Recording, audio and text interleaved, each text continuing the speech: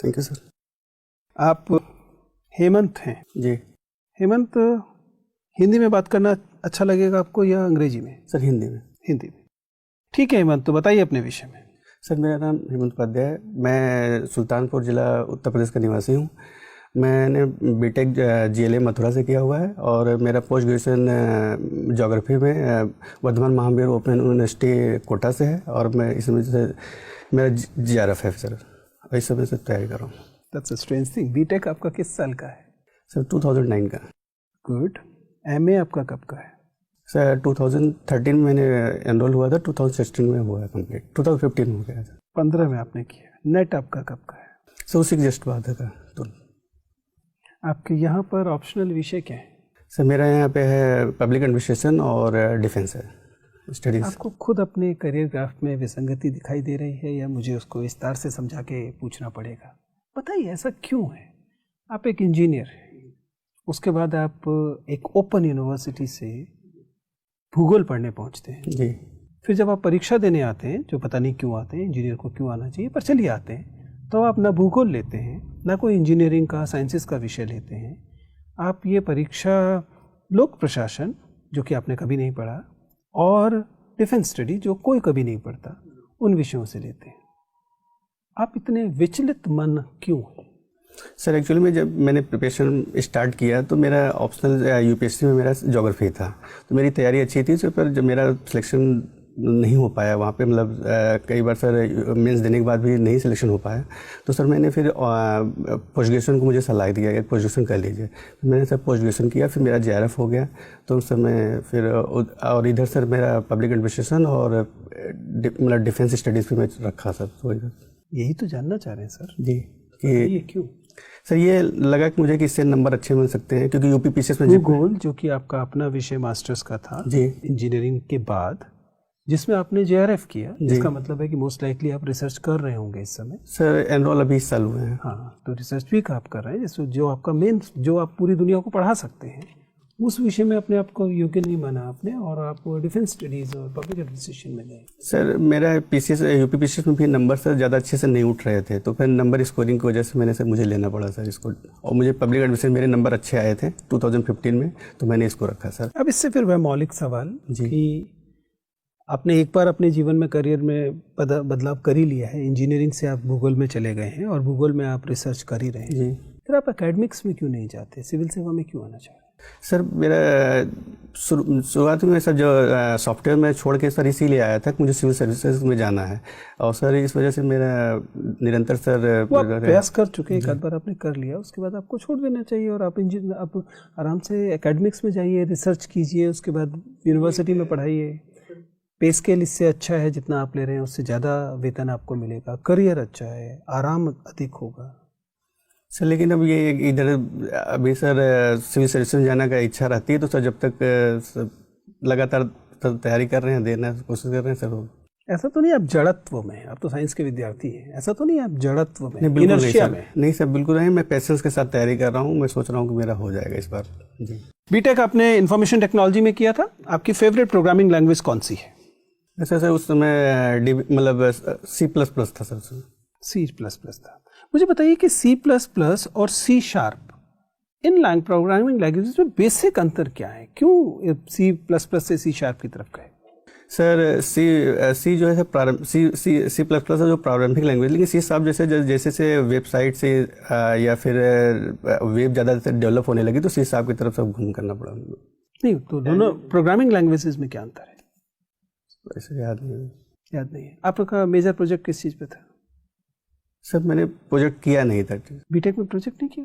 Sir वो उस समय किया था, लेकिन सर वो मतलब ज्वाइन नहीं किया था फिर। नहीं, बीटेक में तो आपने प्रोजेक्ट किया होगा ना, एक 100 नंबर का होगा एक पेपर। याद नहीं है अपना प्रोजेक्ट नहीं याद है, वेरी गुड। आपका एमफिल का रिसर्च किस चीज़ या पीएचडी का रिसर्च किस टॉपिक पे हो रहा है? सर अभी जिस यूनिवर्सिटी में स्टार्ट किया हूँ अभी 9 में, तो वहाँ पे सर प्रोजेक्ट डिसाइड नहीं है, पहले कोर्स वर्क है। जी अभी कोर्स वर्क कर रहे हैं आप, ठीक है।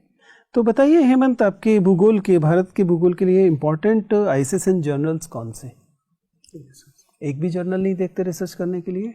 अभी तो नहीं देखा है। अभी नहीं देखा, चलिए कोई। आपका अगर मैं इंजीनियरिंग से या पब्लिक एडमिनिस्ट्रेशन से जो आपका प्रिय विषय है वो बताइए, उससे बात करेंगे।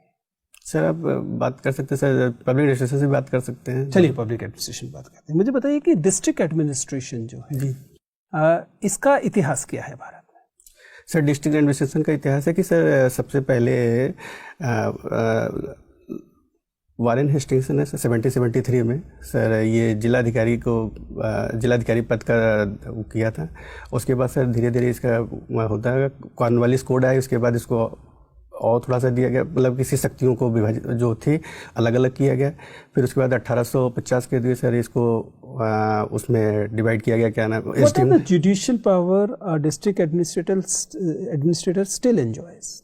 जी, वे कौन सी न्यायिक शक्तियां हैं जो एक जिला प्रशासक के पास या जिलाधिकारी के पास आज भी है?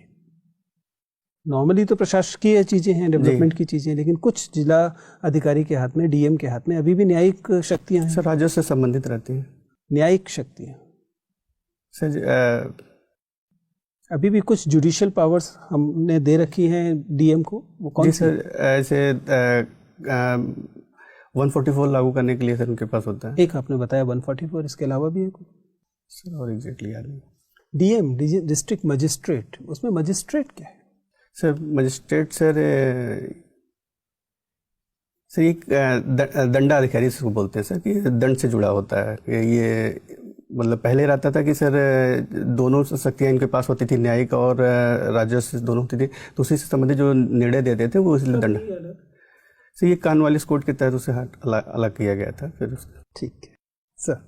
हेमंत जी, भूगोल के किस विषय में जो है आप किस प्रसंग पर बातचीत करना जो है पसंद करेंगे? सर मैंने तैयारी तो पूरी की है सर, फिर भी आपका कोई सबसे पसंदीदा जो है पर्यावरण? सर फिजिकल ज्योग्राफी ठीक है। फिजिकल ज्योग्राफी ठीक है। फिजिकल ज्योग्राफी में कौन सा सेक्शन? सर जलवायु विज्ञान जो है। अच्छा, दिल्ली में आपने जो है अभी पॉल्यूशन का लेवल देखा। जी सर। कल बारिश भी हुई, बारिश के बाद भी यहाँ पर एयर क्वालिटी इंडेक्स में 386 जो है वह PM 2.5 था। जी, बारिश के बाद 2.5 जो है 386, ऐसा क्यों है? सर यहाँ पे कई सारे कारक हैं कि जैसा कि कहा जाता, पहले बताया जाता था कि बार बार कि यहाँ के जो स्टेट बगल में है पराली जलाई जाती है उसकी वजह से होता है।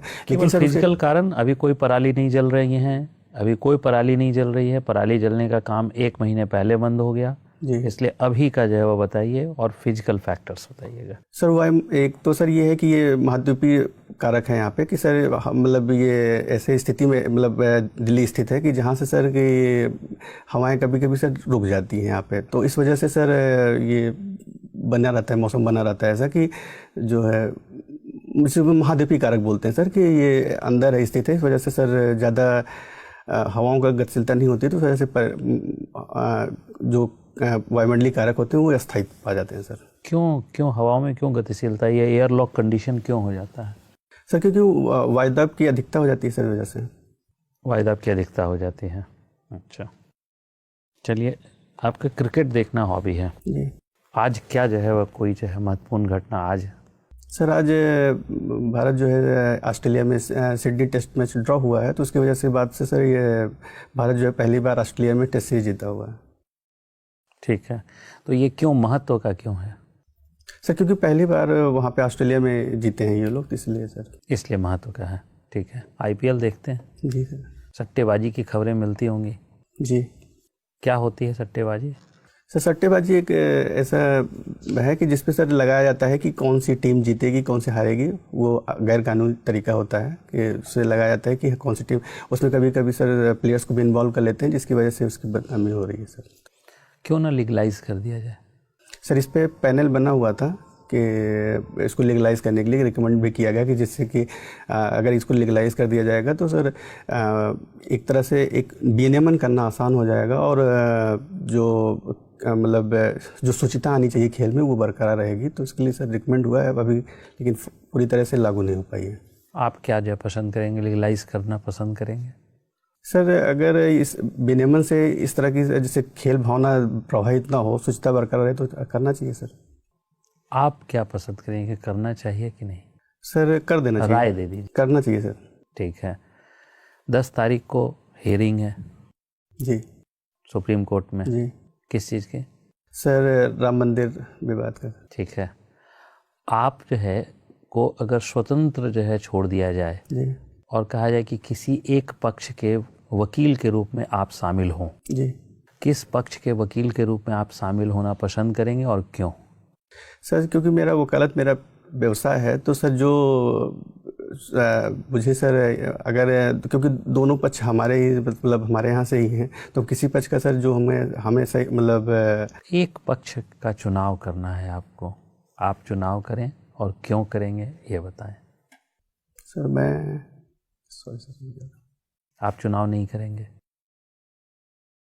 हेमंत, जी हाँ आप अपनी 3 खूबियां बताइए। मैम, एक इंटीग्रिटी है और मैं हार्ड वर्किंग हूँ मैम, और थोड़ा मैम पेशेंस है। पेशेंस है आप में? कैसे, आप बताइए कैसे आपको लगा आप में पेशेंस है? मैं इतने दिनों से तैयारी कर रहा हूँ लगातार मैम, काफ़ी असफलताएं झेला हूँ। तो मैम जबकि मेरा CPF में हो गया था, असिस्टेंट कमांडर में सिलेक्टेड था, लेकिन उसके बाद से मेरी कई सारी असफलताएं आई, लेकिन मैं लगातार मैम लगा हुआ हूँ। तो इससे मुझे लगता है कि मेरे अंदर पेशेंस है। आपने ज्वाइन क्यों नहीं किया? मैम वही सिविल सर्विसेज की प्रिपरेशन के मतलब करने की वजह से मैं नहीं कर पाया मैम, कि मैं तुरंत आरंभिक स्तर पे था कि मुझे लगा कि हो सकता जाने के बाद वहाँ पे मेरी तैयारी ना हो सके, इसलिए मैं नहीं कर पाया। और मेरा मेन मोटिव था सिविल सर्विसेज में जाने का मैम। ठीक है, रोल मॉडल कौन है आपके? स्वामी विवेकानंद। स्वामी विवेकानंद, कुछ 2-3 बातें बताइए उनके बारे में। मैम सबसे अच्छी बात उनकी ये लगती है कि मतलब युवाओं के प्रति मैं उनका कि आप तब तक आप अपने काम को करते रहिए जब तक कि आपको सफलता नहीं मिल जाती है। और दूसरी मैम कि जैसे कि सभी लोगों को साथ लेकर चलने की एक तरह से रहता है कि जैसे हमारा समाज जो है विविधतापूर्ण है, तो किस समाज को सभी चीज़ों को एक साथ लेकर चलने की होती है। दूसरी मैम हमेशा जिज्ञासा बनी रहनी चाहिए लोगों के अंदर। उनको पॉलिटिकल लीडर से अलग एक spiritual Guru of freedom independent, मतलब फ्रीडम स्ट्रगल के रूप में जाना जाता है। जी, क्या कारण है इसका? मैम उन्होंने जो हमारी संस्कृति है उसको जो है मैम अच्छे से स्थापित करने की कोशिश, जैसे हमारे प्रति विदेशों में जो भ्रांतियाँ रही हैं उसको दूर करने की उन्होंने पहले कोशिश की कि किसी तरीके से, तो इससे बोला। ठीक है, डिफेंस स्टडीज आपका टॉपिक रहा है। जी, प्रॉक्सी वॉर किसे कहते हैं?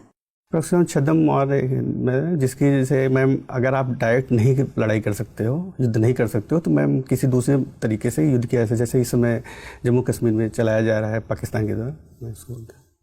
ठीक है, चाणक्य की थ्योरी के अंदर, चाणक्य की जो डिफेंस थ्योरी है इसके अंदर उनके 7 पिलर्स हैं। जी, सप्तांग। जी, क्या क्या है वो? मैम है सैन्य है, अर्थ है, दंड है, राजा है और मंत्री है और कोष है। ठीक बताया आपने। रिग्स, पबैड के अंदर अगर मैं आपसे पूछूं तो रिग्स की थ्योरी के अंदर इंडिया कहाँ लाई करता है, कहाँ देखा जाता है इंडिया को? मैम रिग्स की थ्योरी में अभी हम लोग मैम संक्रमण की स्थिति में रहते हैं, न पूरी तरह से विकसित हुए हैं ना तो पूरी तरह से प्रिज्मेटिक, जिसको बात है प्रिज्मेटिक, बिल्कुल बिल्कुल सही। अच्छा, आपने 1 बेल्ट 1 रोड का नाम सुना होगा। हमें ज्वाइन करना चाहिए, भारत को ज्वाइन करना चाहिए या नहीं? मैम भारत सरकार तो नहीं ज्वाइन करी क्योंकि हमारे अखंडता और सुरक्षा से संबंधित है, इस वजह से नहीं ज्वाइन किया जा रहा है मैम, तो नहीं करना चाहिए। पर आपकी दृष्टि में हमें व्यापारिक तौर पे नुकसान नहीं होगा इस चीज़ से? मैम पहले सबसे ज़रूरी होता है कि अपनी सुरक्षा और अखंडता पे ध्यान दिया जाए, नहीं तो फिर कल के दूसरे मुद्दों पे भी हमारे साथ इस तरह की बातें हो सकती हैं। तो इस वजह से मैम जो विदेश नीति के तौर पे ये सही कदम है कि हमें अपनी बातों पे अडिग रहना चाहिए कि हमें किस तरह से अपनी अखंडता और सुरक्षा बनाए रखना, ये ध्यान देना होगा। डीमोनेटाइजेशन जो हुआ था उसका समर्थन करते हैं या आपको लगता है वो एक गलत नीति थी? मैम सही नीति थी एक तरह से। कारण, 2 कारण बताइए। मैम जैसे सरकार बताती है कि मैम कि डिमोनेटाइजेशन की वजह से हमको सोर्स पता चले हैं, काले धन की ज़्यादा जानकारी हुई है, लोगों में शुचिता ज़्यादा आई है, टैक्स पेयर ज़्यादा बढ़ गए हैं, तो इस वजह से मैम सही रहा है। ठीक है। अच्छा, एक बात बताइए कि सेक्स रेशो क्या है यूपी का? 983। 983? मैम यूपी का? हाँ। यूपी की पॉपुलेशन?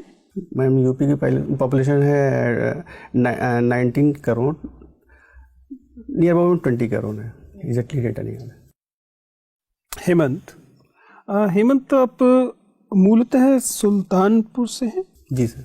बताइए अपने ज़िले के बारे में कुछ, क्या है आपके ज़िले की विशेषता?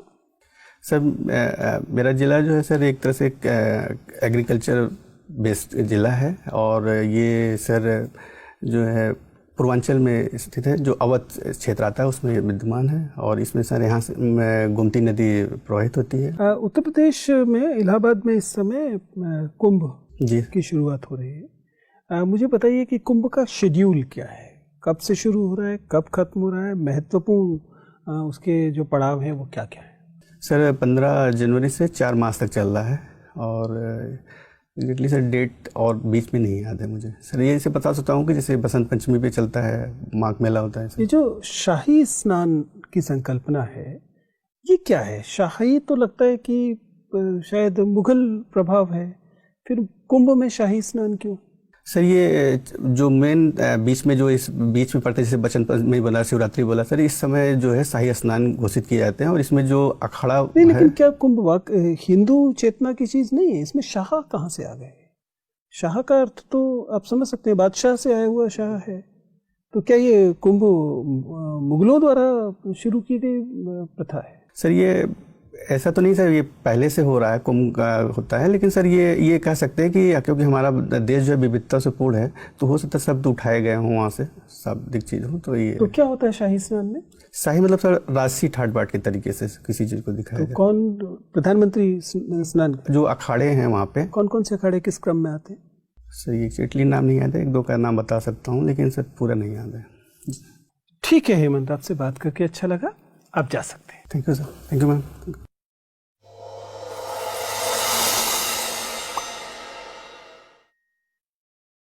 बैठिए हेमंत जी, क्या स्थिति है, कहाँ गड़बड़ हो रही है, कहाँ ठीक जा रहा है? सर गड़बड़ी लग रही है सर, काफ़ी लग रही है अभी। थोड़ा सा शुरुआत में है, हालांकि मुझे नहीं पता कि आप इतने तनाव में क्यों आ रहे हैं, थोड़ा सा स्ट्रेस किया गया था वैसे। सर शुरुआत में सर ऐसे क्वेश्चन पूछे गए कि जो सर देखिए आपके साथ कभी कभी ऐसा हो सकता है, और इंटरव्यू में ये मानकर चलिए कि शुरुआती 3 मिनट 4 मिनट में ये हम लोग कैंडिडेट्स को बताते हैं कि it can go either way. आपको बहुत रिलैक्स किया जा सकता है या आपको बहुत स्ट्रेस दी जा सकती है, इन दोनों में से, इन एक्सट्रीम्स में से कुछ होता है। आपके साथ थोड़ा सा स्ट्रेस दिया गया था, लेकिन बाद का जो आपका इंटरव्यू का परफॉर्मेंस आता है उसमें आप उससे अच्छे से कोप करते हैं, ऐसा नहीं कि नहीं कर रहे हैं। यद्यपि आपकी वॉइस क्लैरिटी मैं उम्मीद कर रहा था कि थोड़ी सी बढ़नी चाहिए थी। शुरुआत में स्ट्रेस में हो सकता है कई बार नीचे चली जाती है, लेकिन वॉइस क्लैरिटी को अभी थोड़ा सा और लेकर आने की ज़रूरत है। एंट्री एग्जिट थोड़ा सा कम टेंटेटिव होना चाहिए, मतलब ज़्यादा स्पष्ट मुखर और तरीके से आइए बिना चिंता के, ठीक है जी। वहाँ से थोड़ा सा बुलंद तरीके से पूछिए। जब आप घुसते हैं ध्यान रखिए कि जब आपकी आवाज़ या आपकी बॉडी किसी बोर्ड मेंबर की नज़र में आ जा रही है तो इसका मतलब है आपका इंटरव्यू शुरू हो गया, ठीक है ना। वहीं से फिर आप अपनी एंट्री को स्टार्ट कर दीजिए। मतलब जैसे आप एंटर कर रहे हैं तो एंटर करने में आप वहाँ घुस गए हैं तो वहीं से फिर लाउडली वो खूब बुलंद तरीके से आप पूछिए कि मैं आई कम इन सर।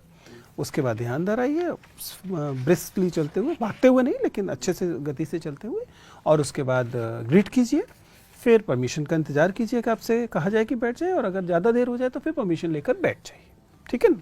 नॉर्मली ये एंट्री का वो तरीका होता है। जो फैक्चुअल एरियाज़ हैं जिनमें आपको जानकारी है वहाँ आप उत्तर ठीक दे रहे हैं, लेकिन जिन एरियाज़ में जानकारी नहीं है वो आपको पता लग गए होंगे, उनको आप थोड़ा सा ब्रशअप कर लेंगे, उससे थोड़ा सा देख लेंगे। मुझे अंगूठी तो स्वाभाविक है आप पहन के नहीं जाएंगे, सर नहीं जाना चाहिए, सब बिल्कुल नहीं जाना चाहिए जी, बिल्कुल नहीं जाना चाहिए। बिना मतलब एस्ट्रोलॉजी और उन सब पे जाएगा इंटरव्यू, कोई फ़ायदा नहीं है। और फिर आप लगातार ये सफाई देते रह जाएंगे कि नहीं जी मैं तो प्रोग्रेसिव व्यक्ति हूँ, मैं तो पढ़ा लिखा व्यक्ति हूँ, कि क्यों ऐसे एरिया में लेके जाना जो आपका कंफर्टेबल है। जैसे अंदर अच्छा वो सब, हाँ मतलब हम लोग तो सभी चीज़ों के लिए कहते हैं, या फिर उसे छिपा लीजिए, पर्याप्त छिपा लीजिए। मतलब अगर आप किसी धार्मिक वजह से अंगूठी पहनना ही चाहते हैं तो आपको वो कह देंगे कि आप अंदर बांध लीजिए, तब भी आपको सिर्फ नग ही तो छूना है ना, लेकिन इसको अपने आप इन्वाइट मत कीजिए कि 5 मिनट आपको बिना मतलब एस्ट्रोलॉजी पढ़ने लगे, और कोई भरोसा नहीं बोर्ड मेंबर एस्ट्रोलॉजी में कहाँ होंगे। दूसरा एक छोटा सा एरिया ऐसा है जिसमें मुझे थोड़ी सी आपके इंटरव्यू में इम्प्रूवमेंट की उम्मीद है। जब आपसे फैक्चुअल प्रश्न पूछे जाएं और आपको उत्तर नहीं आता, आप आसानी से कह के निकल सकते हैं कि सर माफ़ी चाहता हूँ इस समय आ नहीं रहा है।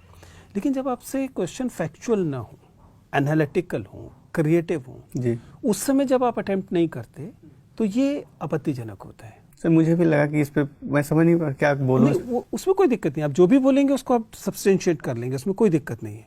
जो भी आप बोलेंगे उसके बाद अगर आपके पास जिस चीज़ के भी तर्क हैं वो बात कह दीजिए, कोई दिक्कत की बात नहीं है। सामान्यतः बहुत आसान सा तरीका होता है कि मतलब मैं जो पक्ष, जो मान लीजिए आप मंदिर के पक्ष में बोल रहे हैं या आप मस्जिद के पक्ष में, जो भी आप बोल रहे हैं, कि मैं अपने पक्ष सामने रखूंगा और उसके बाद सुप्रीम कोर्ट जो निर्णय देगा मैं उसको फॉलो करूंगा। आप तो तर्क ही दे रहे हैं ना, केवल आप दो ही तर्क बनते हैं कि जमीन पर मालिकाना हक किसका। एक सवाल ये है, दूसरा सवाल आस्था का सवाल है। आस्था का सवाल राज्य देखे, वकील तो सिर्फ ये देखेगा कि जमीन पे मालिकाना हक किसका है, किसके पक्ष में ज्यादा दस्तावेज हैं। बात मतलब इस तरह क्वेश्चन को जवाब जरूर देना वकील को तो पक्ष ही देना है ना भाई, आप निर्णय तो नहीं दे रहे ना, निर्णय तो सुप्रीम कोर्ट देगा। आप जिस भी पक्ष में हो, आप हार भी जाएंगे तब भी सुप्रीम कोर्ट जो कहेगा उसे मानेंगे, बात खत्म, ठीक है ना। तो वो तनाव लेने की जरूरत नहीं है। लेकिन जिस बात पे जो इंपॉर्टेंट है वो है कि ऐसे क्वेश्चंस को अटेम्प्ट कीजिए, ठीक है ना। अटेम्प्ट करने ये भी लगता है कि एक जब आपको डिसीजन मेकिंग करनी होगी तो आप सिर्फ इस डर से निर्णय लेने से पीछे नहीं हट जाएंगे कि वो नॉन पॉपुलर डिसीजन है। सर, एक क्वेश्चन था, जैसे इस तरह क्वेश्चन अभी एक जब मैं पिछली बार इंटरव्यू दिया था तो सर उसमें ये पूछे हुए थे, डायरेक्ट पूछे थे कि आप शादी, आप नौकरी लग जाए शादी करेंगे नहीं करेंगे। तो मैंने सर बोला कि करूँगा। फिर बोले कि दहेज लेंगे कि नहीं लेंगे। तो मैं बोला सर नहीं लूँगा। तो फिर सर कह रहे हैं कि आप मतलब कुछ ऐसा जवाब दीजिए कि मैं खुश हो जाऊँ। ऐसा ये तो सभी लोग बोलते हैं, कोई नहीं बोलेगा कि दहेज क्राइम है, तो सही सी बात सभी लोग बोलेंगे। आप बताओ कुछ ऐसा बोलो कि खुश हो जाए। तो फिर यहाँ पे सर थोड़ा सा आराम से कह दीजिए, मैं मेरी एक प्रेमिका है, मैं उसी से शादी करूंगा, बात खत्म। यही खत्म बात है। क्या दिक्कत है, मतलब मैंने पसंद कर रखी है। हाँ, मतलब दहेज का तो सवाल ही नहीं पैदा होता, संभव ही नहीं है, पिटाई हो जाएगी, ठीक है। मतलब मुस्कुरा दीजिए, वो बात ही खत्म हो जाएगी। कुल मिलाकर सहज हो जाओ। सहज होना सबसे इंपॉर्टेंट है। जब सहज होगे तो एक आध सवाल गलत भी होगा, कोई दिक्कत की बात नहीं, ठीक है। चलिए, शुभकामनाएं। सर एक क्वेश्चन और हाँ। था सर, वो अभी इसके पहले यहाँ से इंटरव्यू से पूछा गया था सर कि वो उसको डाउरी को डिफेंड करिए आप। जी, तो वो लोग वहाँ पे बातचीत हो रही थी, तो वो मतलब हमसे बोले कि आप अगर पूछ पाइएगा लास्ट में तो पूछ लीजिएगा कि डाउरी को डिफेंड करना है कि नहीं करना है। आपने बोला था डिफेंड करना है। हाँ, तो वही नॉर्मली नहीं करना चाहिए। सबसे सही स्टैंड यही है कि डायरी इनडिफेंसिबल है। जी, something which is indefensible can not be defended. मतलब इसको ये डिफेंड नहीं, जैसे आप चाहे बोलिए भी कि इसको डिफेंड करके दिखाइए, तब भी नहीं बोलना इसको। एक तरीका ये होता है कि यदि कोई इसके पक्ष में तर्क देना चाहे तो ये तर्क दिए जाते हैं, किंतु मैं इनसे सहमत नहीं हूँ। आपने दे दिया, बता दिया कि आपके पास हैं तर्क, लेकिन आप उससे सहमत। उसका एक ऐतिहासिक जो है वह पक्ष है कि स्त्री धन एक हुआ करता सर था। यही इसी तो वह स्त्री धन का भाग था, लेकिन वह स्त्री धन जब तक स्वेच्छा से था तब तक तो वो तो सही था, लेकिन जब वह जो है प्रथा बन गया, प्रथा बन गई तो वह खत्म हो गई। और जिन्होंने आंसर दिया था बहुत अच्छा दिया था। तो वो वही बोले थे कि डिफेंड, तो मतलब मैं बाद में सोचा कि डिफेंड करूं। नहीं, नॉर्मली जैसे करप्शन सभी लोग डिफेंड करेंगे, करप्शन को कीजिए, दहेज को कीजिए, भ्रूण हत्या को कीजिए, इस तरह के सवाल जब भी आए तब आप खूब फर्म होकर कह सकते हैं नहीं जी बिल्कुल डिफेंसिबल नहीं है। सर जैसे मैं जो ये बीच में इतना सारा तैयारी है सर, बीच में आप वो स्ट्रेस देने के लिए था, लेकिन आप उसे डिफेंड कर सकते हैं क्योंकि आपने केवल एक ही गलती की है, वो है बीटेक करना। उसका आजकल एक सामान्य ग्रेजुएशन हो गई, आप कह सकते हैं सर। 12th करने के बाद एक साधारण सी बात है कि ग्रेजुएशन में 3 साल लग रहे थे, बीटेक में 4 साल लग रहे थे। मैंने केवल एक अतिरिक्त वर्ष दिया है ताकि मेरे पास एक प्रोफेशनल क्वालिफिकेशन रहे। मैं इसे साधारण ग्रेजुएशन की तरह ही मैंने शुरू से लिया, इसीलिए आसान सा तरीका होता है इसमें कह दीजिए। इसीलिए मैंने जो वो होते हैं कैंपस इंटरव्यूज़ होते हैं उनमें अपने आप को पेश ही नहीं किया सर, बात खत्म। मैंने प्लेसमेंट नहीं लिया था। ड्यूरेशन जैसे ज़्यादा है तो इसमें कुछ डिफेंड करने का कोई और तरीका? देखिए, हर एक चीज़ पूरी तरह से डिफेंड नहीं हो पाती। बस सुखद बात यह है कि ये इंटरव्यू के शुरुआत में होता है जी। ये शुरुआती 2-3 मिनट में जो कुछ होना होता है हो जाता है, लेकिन इंटरव्यू में जो प्रभाव रहता है वो बीच वाले और ज़्यादा बाद वाले का रहता है। इसलिए आपको जिस चीज़ पर काम करना है वो ये कि अगर आपका शुरू में इंटरव्यू थोड़ा सा वैसा भी जाए तो बाद में आपका पॉजिटिव रहना चाहिए, ठीक है ना। वो ठीक ठाक रहता है, सब तनाव लेने की जरूरत नहीं है, ठीक है। चलिए, शुभकामनाएं।